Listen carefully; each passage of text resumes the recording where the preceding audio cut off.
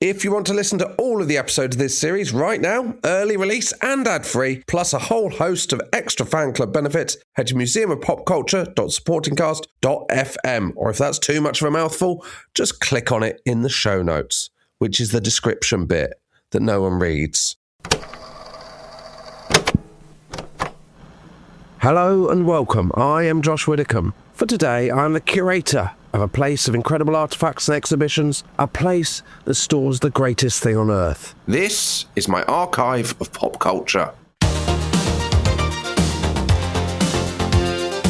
As a self-confessed pop culture obsessive, I love the geniuses, the scam artists, and, dare I say it, the absolute madmen that have made the records, shows and films that we love. In each series, I will tell you a story of unlikely triumph and usually an enjoyably crushing failure, featuring celebrated stars that in any other industry would probably be politely sacked. It's a show for people more interested in David Hasselhoff than David Lammy, Elizabeth Taylor than Queen Elizabeth I, which, let's be honest, is all of us. Joining me today to discuss one of, if not the most iconic and beloved show in British television history, it's the story of Ramsay Street and Neighbours. It's Matthew Crosby. Here we are, Matthew, at the birth of one of the great television shows. But just before that, I thought, I'll be honest, it doesn't really have a point chronologically. I thought it'd be nice to, to show again the glory of Neighbours, to run through a list of the celebrity cameos there's been in Neighbours. Can you name any? Michael Palin. He was Home and Away. Did Matt Lucas and David Walliams appear in the background? Not to my knowledge, but there is another pair. In 1995, Chris Lowe, one half of the Pet Shop Boys. Yeah. The one who didn't talk in the Pet Shop Boys. He was willing to talk in this situation. It's not that he didn't talk, he wasn't the singer. No, he's not Penn and Teller. I get that he's not Penn and Teller, but He was the more shy, retiring guy with a big fat cone in his head. Yeah.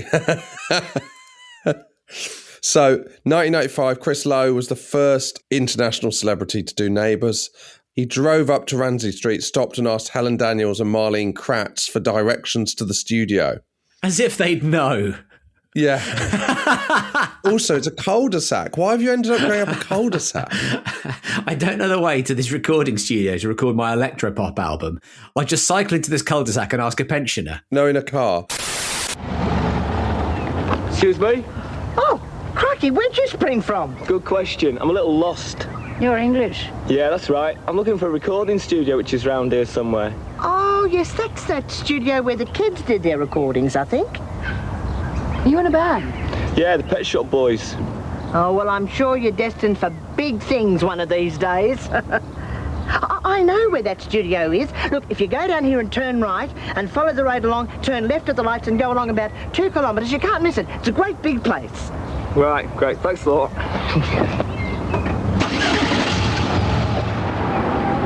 Who's that?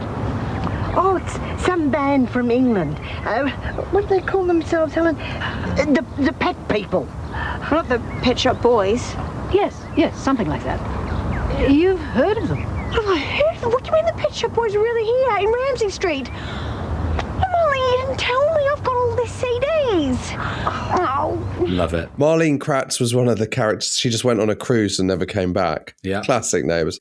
If I did my Neighbours marathon of 300 days, I think there would come a point when you were going through all the old ones where it would be the middle bit would be incredible. Well, as in like the bit that you remember? Yeah. That would be great. And then once it got to about 2005, it would be gruelling. You'd fall off hard.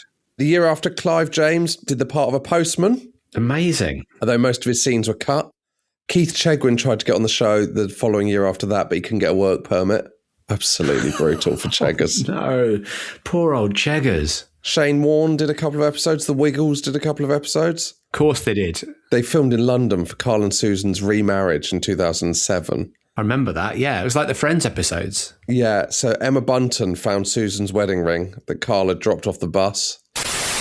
Are you looking for this? Oh, you're kidding. Oh, thank you. You're a star. Oh, thanks. I'm Carl. Emma. Hi. How did you find it? Actually, I nearly tripped over on it. I'm a bit clumsy. Sorry. Carl, what are you doing? You're don't mind. You could have been... Hello, Emma. Hi. Susan, I'm such a huge fan. I heard all about Strictly Come Dancing. I so wish I could have seen it. Oh, it's lovely to meet you, Susan. Sorry. How did you organise this? He saw me from the bus. He risked life and limb to get off to get my autograph just for you. Oh, did you? Yes, I did. Oh, wow. Thank you. Julian Clary is approached by Izzy, who asked to use his phone.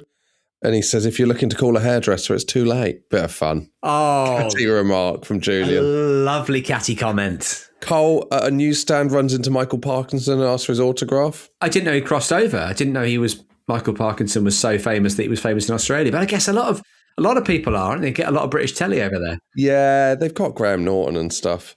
I'll give you £1 billion if you can guess who Susan asks for a napkin. Was it Jess Phillips, the MP? No, it wasn't. It was Joe Wiley. Joe Wiley of the evening session. Of the evening session. I know she's still on the radio now. Yeah, Any Joe Wiley fan, I think Joe Wiley's brilliant. Well, she's kind of doing an evening session on Radio 2. She still does the same slot, but just on Radio 2, doesn't she? She's worked evenings. I suppose her timings are perfect for Neighbours. That's her breakfast television, really. Definitely, yeah. Do you think her and Steve Lamacq were watching Neighbours in the BBC Radio 1 office in the couple of hours before going live? 100%. Because they knew they had to talk about something. Exactly. Yes, they've got a live session from Maida Vale from therapy. Yeah. But they also want to talk about what Carl and Susan have been up to. Or maybe, to be fair, Joe Wiley, she's doing the evening session. She's also, out at gigs in the 90s. She's probably one of the few people to whom the lunchtime Neighbours is actually more convenient than the early evening. Yeah, that's true. That's the quietest part of her day. Do you know who played the vicar for Carl and Susan's wedding? I'm assuming they couldn't get Rowan Atkinson. It was Neil Morrissey. Oh, if you can't get Atkinson, get Morrissey. And then the wedding was witnessed by John O'Coleman and Sunita. I remember John O'Coleman and Sunita, yeah. There is a really good clip also of... Are you aware of Andre Rieu? Unless he was a giant, I've got no idea who he is. No, so Andre Rieu is a Dutch violinist who is absolutely huge. He's a kind of popular classical act.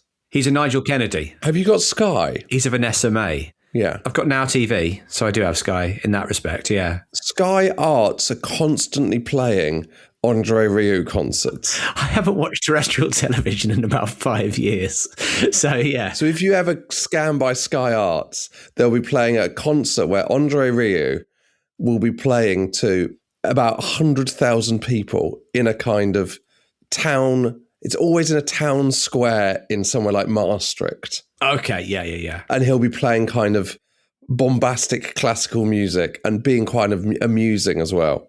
Don't you think if you were playing a gig in Maastricht, you would have to at some point say, this is a little treaty for you? Yeah, of course. You've got to say that, haven't you? It's the only thing I think of when I think of Maastricht. His appearance was named in an online poll Neighbours' weirdest ever storyline, which goes some way when you think about Neighbours. Yeah. He emerges from a limo to perform exclusively for Paul and Rebecca in the middle of Ramsay Street, backed by an invisible orchestra, before being joined by several other residents ballroom dancing around the street. Was this a dream? Was this some sort of fantasy they had? Or I think what happens is he's performing in Ramsay Street, and because Andre Rieu's performing, everyone's kind of like, well, we should head out there and dance to Andre Rieu. He just loves an open-air gig. He'll do an open-air gig anywhere. Exactly. Imagine how good his gigs would be if he did them in good venues. Have you ever thought of doing a place with a roof? Well, talking of music, the time has come to write the Neighbours theme tune. So that it's composed by Tony Hatch, with lyrics by Jackie Trent. They married in 1967. Originally, they were having an affair, Matthew. They were making sweet music together, but no one else knew about it. And they thought, let's go on main on this one. It is nice to have a music and lyrics married couple, isn't it? It's lovely. Neighbours, everybody needs good neighbours. Just a friendly wave each morning helps to make a better day.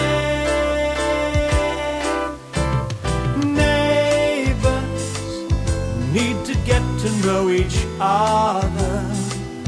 Next door is only a footstep away.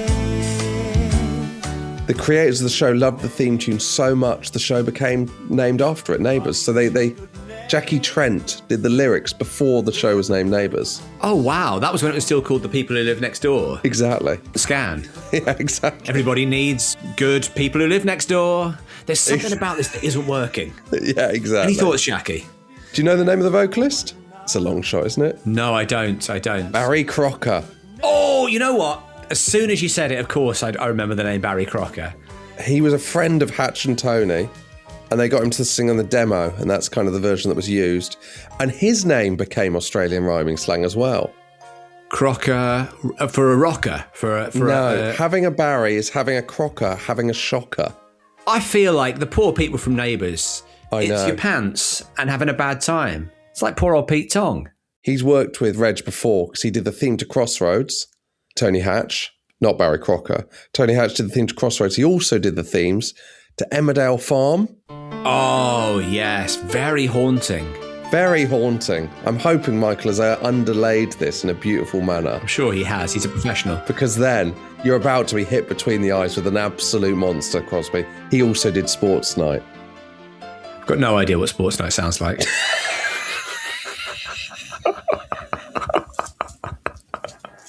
What does that sound like? Sing a bit of it to me.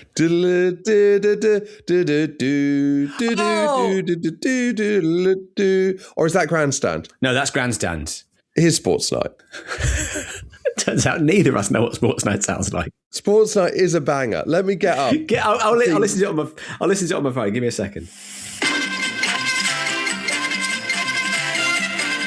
I remember this. Yeah.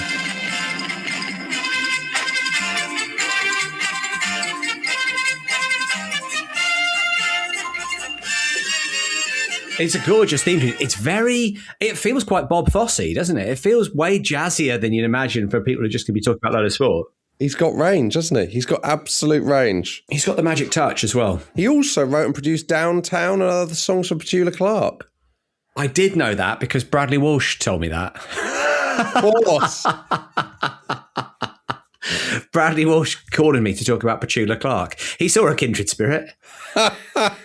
He said, you're about my age, aren't you, Matthew? And I said, well, close enough to have a conversation. He was also, before he was, writing all these classics, he was in a band with David Bowie called the Lower Third. Really? Wow. So David Bowie was singing and Tony Hatch was on the piano.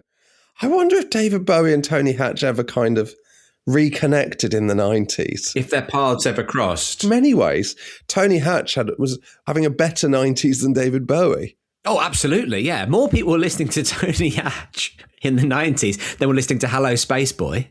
So, the Lower Third, they failed their BBC audition in November 1965 for the BBC's talent selection group, which was responsible for checking that any act angling for BBC radio play met the quality standards. Oh, I like that. So you had to perform for a series of judges. One of the judges said it's like an of Bowie, then known as David Jones, that he was a singer devoid of personality.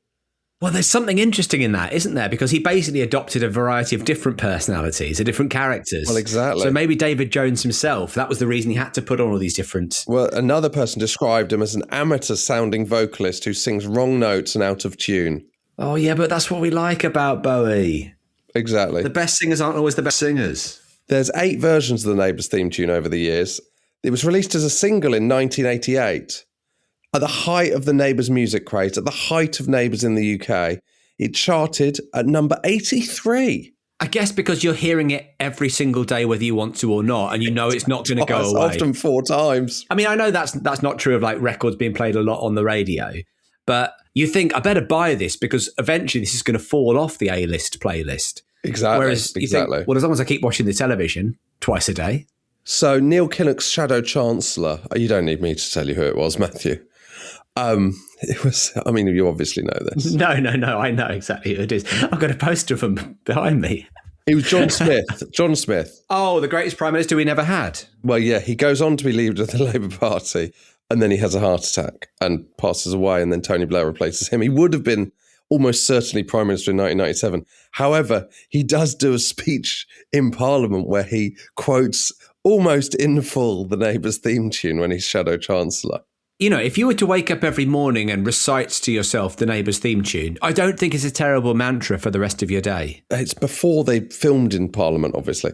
So this is how he does it. He says, although he and the Prime Minister are neighbours, he's talking to the actual Chancellor. Yeah. He should take account, as many of us who are aficionados do, of the theme song of the Neighbours programme, which we hear twice a day on BBC television. The song goes, and then he does the full fucking thing. Neighbours, everybody needs good neighbours. Just a friendly wave each morning helps to make a better day. Neighbours need to get to know each other. Next door is only a footstep away. Neighbours, everyone needs good neighbours. With a little understanding, you can find the perfect blend. Neighbours should be there for one another. That's when good neighbours become good friends. The Chancellor of the Exchequer may be a good neighbour, but Walters and Griffiths, whoever they are the good friends. Time after time in the management of his policy, he's been upended by the Prime Minister's own intervention. And speaking of time after time, here's the lyrics to that. So weird, isn't it? He was known as the human jukebox, wasn't he? In part, the human jukebox of PMQs. He's done such a large excerpt of it.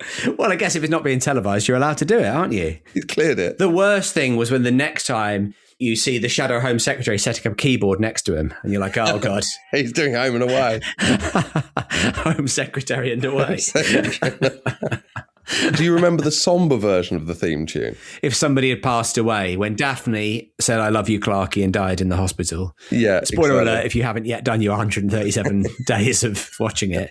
Yeah, I remember that. Sad theme tune. Yeah, so you get it, Todd Landers when he died, Jim Robinson, Helen Daniels when she died, also when Madge died. So you'd get a sad version, often with like pictures of the person. Also, the original piano part was used on the intro of Lily Allen's Fuck You. Did you know that? No, I didn't know that. There you go. But she's perfect age for Neighbours, isn't she, really? Yeah. And also left unattended by her parents quite a lot.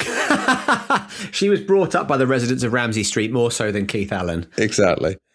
So have you ever seen the first episode of Neighbours? Presumably you didn't watch it at the time. Well, I have a memory of watching it at the time, but that cannot be true. No, it can't. Because I would have been 4 years old. And it would have only been on at lunchtime. I suppose you wouldn't have been at school yet. I wasn't yet at school. Maybe I did. I remember my mum being very excited about it, but I don't know if she was very excited about Neighbours as a TV show. Would she have really been excited about the launch of Neighbours? The launch of a new soap. I think back in the 80s, the launch of a big TV show was an exciting... But I don't know if it was launched as a big TV show. Do you know what I mean? It was launched as filler. But maybe there was so little TV that everything was exciting when it was new. Like, you know, when Channel 5 came out, that was very exciting. Yeah. You know, even though there was no good shows on it at that time. At that time. It's since got much better. Well, it's part of this story, Matthew. It's part of this very story, isn't it? It is part of this story. Of course it is. The episode opens of the first episode with shots of swaying trees against the setting sun with haunting music. Then we see Max Ramsey, who's staring at Danny Ramsey standing in the middle of Ramsey Street at night time wearing nothing but pyjama bottoms. Cars surround him with headlights fixed on him. There's Ramsey Street's residents there, Helen Daniels, Paul Robinson, Julie Robinson, and Max Ramsey are laughing hysterically at Danny Ramsey. And their laughs turn into haunting howls, making Danny sweat in fear. Max approaches his son, grabs him by the neck. When Danny resists, he lets go and lets out an evil laugh, at which point Maria casts a worrying eye over her youngest and holds back Max. Looking up to the sky, Danny's attention is caught by his brother, Shane, perched on the edge of a diving board above Ramsey Street. Danny screams for Shane to stop, but he proceeds and dives into the depths below. Shane, no, no. The screaming causes him to wake up from his sleep. He sits up in bed. It was all a dream. Yeah, I think you can start with it was all a dream, but you can't end with it was all a dream. Did you enjoy that? That's the rule of a great soap. Yeah, that's of course. That's going to grab your attention. It's not a million miles away from the opening of Breaking Bad. What's the opening of Breaking Bad? Well, it's him in his underwear, like in the middle of the desert. And you're like, how is he going to end up there without his trousers on in the middle of the desert? And then it sort of tells you how he gets to that point. Admittedly, he's throwing you straight into someone's sort of anxiety dream. Yeah. It's like a Safdie Brothers movie. So the episode also features a stag do, or buck do as they're called in Australia, for Des Clark, who's getting married to Lorraine Kingham. This is quite a nice little bit of storyline. So Lorraine spends the night chatting to her friend Julie and then decides to call the wedding off. So she goes to tell Des the next morning with her parents, that as they arrive, they're confronted by the stripper who was hired for the stag do, who recognises her father, leading to the first cliffhanger. Oh! How is that not going, this is going to be a great show? It's very racy, isn't it? It is very racy, actually. To have a stripper, and a sort of how do you two know each other plot line. Very racy for the early episodes. So it's on Channel 7, right? Gets favourable reviews. The ratings are very high in Melbourne, very low in Sydney. The old rivalry, because it's set in Melbourne. Absolutely, yeah. It lasts 170 episodes before it's cancelled. That's a pretty good run. The people of the street are like, thank God we've got our street back. We got a bit of cash and now we get our street back. But no, it's cancelled actually in July 1985, but they continue showing the episodes until October in favour, and then they have an hour-long news. And then Grundy, he doesn't want it to be over, so he starts shopping it around to other networks. Channel 10 acquire the rights to the show the following year. This is the first show in Australian TV history to move from one network to another. Amazing. Doesn't happen very often in TV. You've got Bake Off. Taskmaster, Men Behaving Badly. Men BB is the classic, isn't it? Big Brother, I suppose. Big Brother, yeah. I suppose that's what this is. One that stopped and then gets bought. Another channel brings it back. But it's such a brief period between, it's not off the telly for that long for them to do the old shift. No. This is brilliant how they launch it, right? So the premiere, on the morning of its premiere, January 1986, various cast members of Neighbours are loaded onto the back of two top-loaded trucks and set to design to resemble the rooms in Ramsay Street. Do you remember that sketch in The Day Today where the Bureau was touring around the country?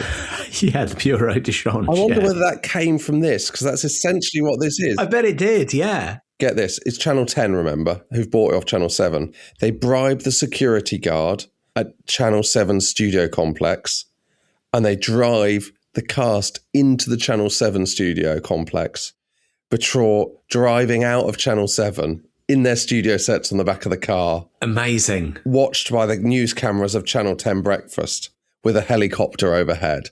What a publicity stunt that is. It's so good. We're moving house. So imagine ITV gets a show off the BBC, and then as the final fuck you, they smuggle cars into that BBC television centre complex and drive them out with the cast of that show on. Yeah. On the morning it's screened. If ITV got EastEnders, yeah, and they had Albert Square on a flatbed, with the banners that read, "We're moving Neighbours to a new home."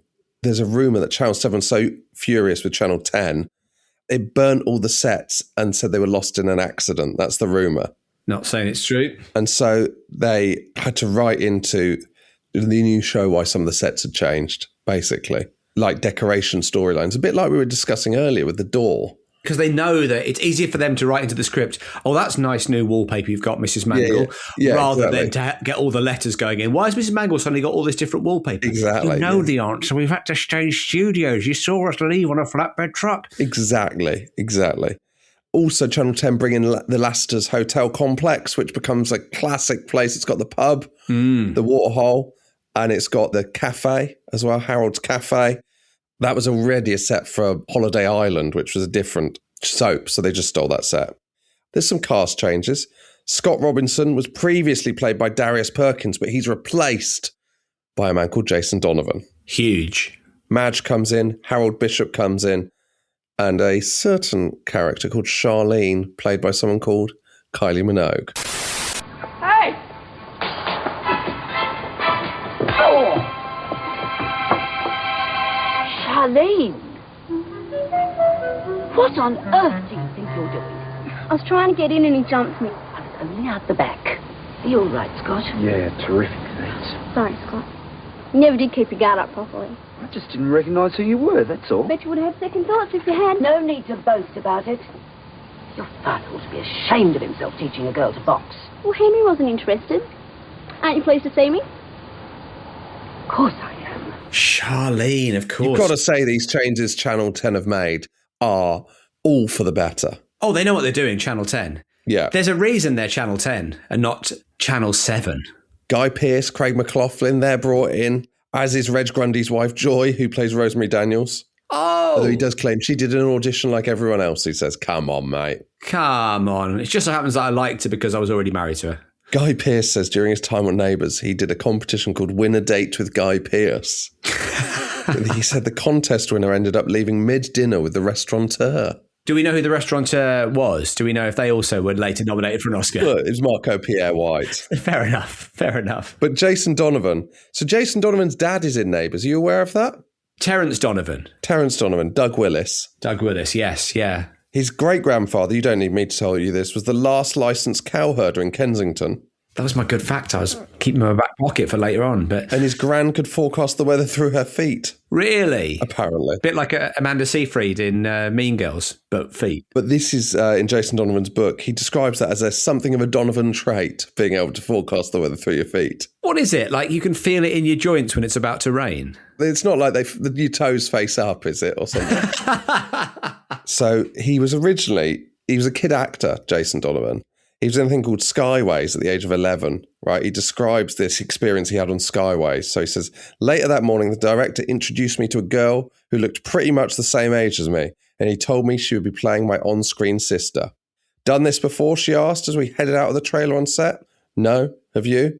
A bit here and there, she replied with a little smile. What's your name then? Jason Donovan, I blurted out. What's yours? Kylie Minogue. Oh my God, amazing. It's perfect, isn't it? It's so what a meet cute. And then, obviously, they come back together on the show, right? But the show isn't getting the ratings initially. And their press guy, Brian Walsh, is credited by Grundy with turning things around. In Grundy's autobiography, he says, Walsh and the Grundy organisation held a desperation meeting. Walsh suggested doing some filming in Sydney. He phoned Ray Miller, then the editor of the Sydney Daily Mirror, to say that there were 2 kids in school uniform and fair dinkum they were having a sex scene down here. They weren't, but the resulting front page headline, Shock Teen Sex on TV, seemed to do the trick and the ratings started to rise. It's a little creepy. It's a little creepy To be like, I know what's going to... They're fair dinkum having a sex scene. Fair dinkum to kids in school uniform having sex. I'd like to say it's a different time, but I think that sort of thing still plays today, unfortunately. Exactly. There you go. In 1986, they do sell the show to the BBC, and this is when things start to really change. Because it's not a mega hit in Australia, but in the UK, that's where things will go mega. So when we started watching it in the UK, it's 1986, so I was at school by that point. Are they starting with episode 1, or are they starting with we're always a bit behind. We're a bit behind. We're always 6 months, yeah, 6 months out. That's why they would be able to come over and do panto while still being on TV, or they'd be able to come over and promote big storylines and stuff like that. Got it. It's only a year after EastEnders has started, and EastEnders gets off to an incredible start. Because you consider like these shows build. But EastEnders starts in February 1985, is a hit from the off, has an audience of 17 million for its first episode. By Christmas Day 1986, it's getting 30 million, which is the most watched show in UK soap history. That was the Den and Angie one, presumably. The divorce, yeah. Oh, I've told my husband this terrible lie. Not a little white one, but a big black one. Remember, Ange? Because I do, because I was sitting 4 feet away from you, lapping up every word. 6 little months to live. 6 tragic little months. And poor old Angie's gonna pop off.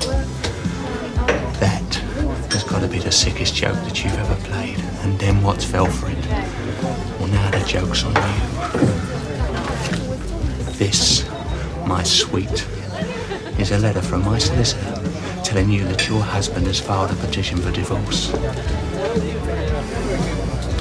It also tells you to get yourself a solicitor pretty damn quick. Happy Christmas, Ange. By 1988, it's got an average of 24 million viewers watching EastEnders. It's basically half the country. That's insane numbers, isn't it? It's wild, isn't it? Imagine starting with 17 million as well. I know. So even if it dips a little bit, you're fine. Yeah, of course. Absolutely wild. So the first episode on the BBC of Neighbours airs on the 27th of October 1986, which is the same day of the regulation of the financial markets. Coincidence? The Big Bang of Margaret Thatcher's government, yeah. It's actually on twice on day one, but the times of it are 9:25 a.m. and 1:25 p.m. 9:25 feels like an odd time. I mean, I guess 1:25 is a pretty odd time as well, but at least it's lunch. Yeah, you're like, I'll sit down with my lunch and watch Neighbours. But it's post-breakfast television, 9:25, isn't it? Yeah, it's the Lorraine slot, isn't it? It's the Lorraine slot is what it is, yeah. Some stories are cut for the BBC version, I'm afraid to say. We're prudish over here. Billy and Melissa's attempts to have sex, Danny's pregnancy scare, and I'm sorry to say that they think we can't handle Glenn and Lucy committing incest. What a bunch of squares. Have you not seen Sons and Daughters? I don't know what the Australian obsession with incest is. They absolutely can't get enough of it. It's quite a small population. They just make huge edits to the episodes. They don't really have any options, so these edits don't really make much sense. Every now and then there's an episode that's sort of 17 minutes long as opposed to half an hour. Exactly. Do you remember from the Stock Aitken and Waterman episode who came up with the idea of moving it to 5:35? Pete Waterman. It's a good guess. Because he came up with quite a lot of ideas. He did. I'm sure he claims he came up with it. In his book, he says, I came up with the idea of showing it twice a day. So Michael Grade, the controller of BBC or BBC One or whatever he is, if you want to listen to that series, it is one of our classics. He's at home and his daughter is at school age, says, I got in trouble at school today, Dad. I said, you in trouble? What? Oh, yeah, we all got caught. We should have been in the playground, but we're in a room watching television. We're all watching Neighbours. And he says, I went into the office the next day and I said, we're moving Neighbours to 5:35 p.m. so the kids can watch it when they come home from school. And the rest, as they say, is history. Fantastic. So Michael Grade's daughter is responsible for it. Do your kids in any way, do you think, influence the decisions you make in your television career? They would, yes. They're huge fans of Who Do You Think You Are? So I thought I'd do that. They were hoping that we're going to find out you weren't their real dad. Well, exactly. Yeah. There is a situation, though, obviously, where people do respond. It's like when we discovered, I think it was the Stock Aitken and Waterman episode as well, that Cliff Richard plays all his songs to his milkman to see whether his milkman thinks they're good. If he hears the milkman whistling them the next day, then he knows it's a hit. Exactly, yeah. It's the man in the street test, isn't it? It's your kids. It's exactly that. You know, you can do all the audience research you want, but actual connection with people, that's what it's all about. In a sort of slightly more sinister way, it's Trump going to Barron. What are all those awful podcasts you listen to? I'm going to do them all. Exactly. I wouldn't describe Baron Trump as the man in the street. No, I guess not. But I'm talking about listening to your kids, as in listening to the younger generation to understand how to operate as an older person. So it quickly becomes a huge cultural phenomenon. Part of this is the young audience, soon watched by 16 million people per episode. Wow. Peaks at 21 million people in 1990, which, and this is a lovely fact, is more than the entire population of Australia. It's absolutely wild. The Neighbours Annual in 1992, these are the words that it claims. It says, at the start of the Gulf War in January 1991, when many programmes were taken off the air, Neighbours, while rescheduled occasionally, never lost a single episode. Even wars can't stop Neighbours. I think you've gone a bit mad, actually, if you're saying we're bigger than the Gulf War. Even Operation Desert Storm's not going to hold us back. Exactly. Also, it's the Neighbours Annual. It's for kids to get to read on Christmas Day. Stop mentioning the Gulf War. It's good for them to learn about it. It's a great way to learn about history, yeah. It's great, all current affairs as it was then. Yeah, there's an academic called Richard Carr, who is a senior lecturer in history and politics at Anglia University. He estimated 80%, 80, of 12 to 15-year-olds were watching Neighbours at this time. It was so huge. I think that's probably true. Because if it is getting 20 million, most of its audience are of teenage age. Yeah. Some of these things are so mad. In 1988, Sunday Mirror ran a competition to win a trip to Melbourne to see the soap being made. Received more than 1 million entries in the first 3 days. And they had to take on 20 extra staff to cope with it. It was Neighbours Mania. And at the centre of that, it was Kylie and Jason mania. Scott and Charlene. Charlene's the mechanic from one family. Scott is from the other family. He's a Robinson. She's a Ramsey. They're a kind of Romeo and Juliet, but also off screen, there's a romance. Not long after the relaunch of Neighbours, Kylie joins the cast. Obviously, Jason's worked with her on Skyways before. He says, what I can remember was of her joining the cast was sitting in the wardrobe van.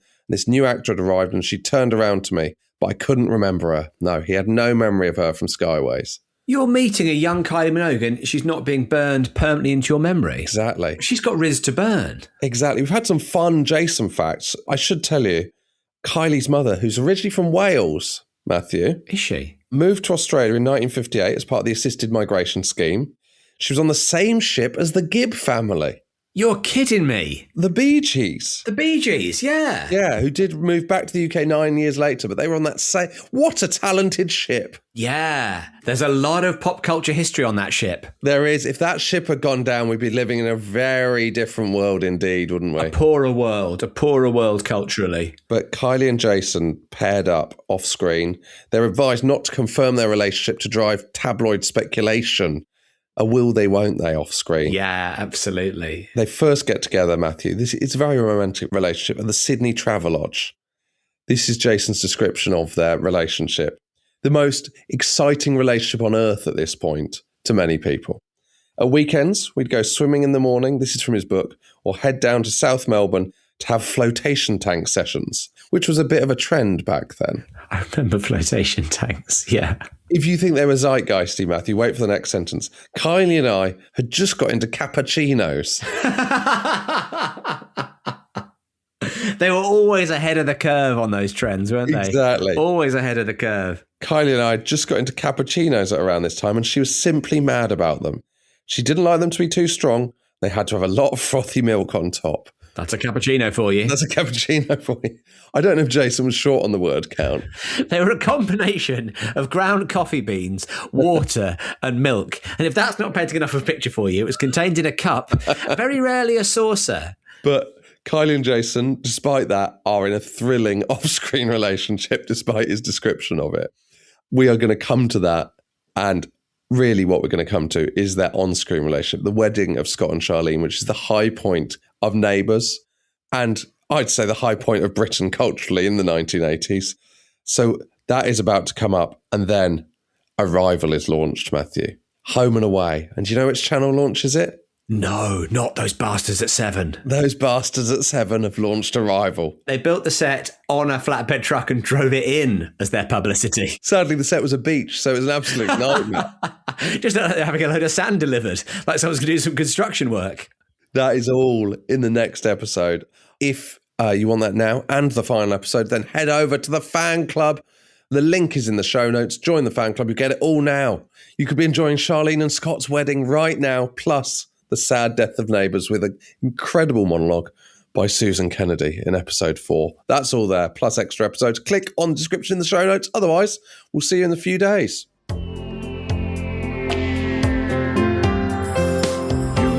Belong together, you and I forever and ever. No matter where you are, you're my guiding star. And from the very first moment I saw you, I never felt such emotion. I'm walking on air just to know you are there, hold me in your arms, don't let me go, I want to stay forever, home and away, with you each day, let me be the one that you turn to, someone you can rely on, closer each day, home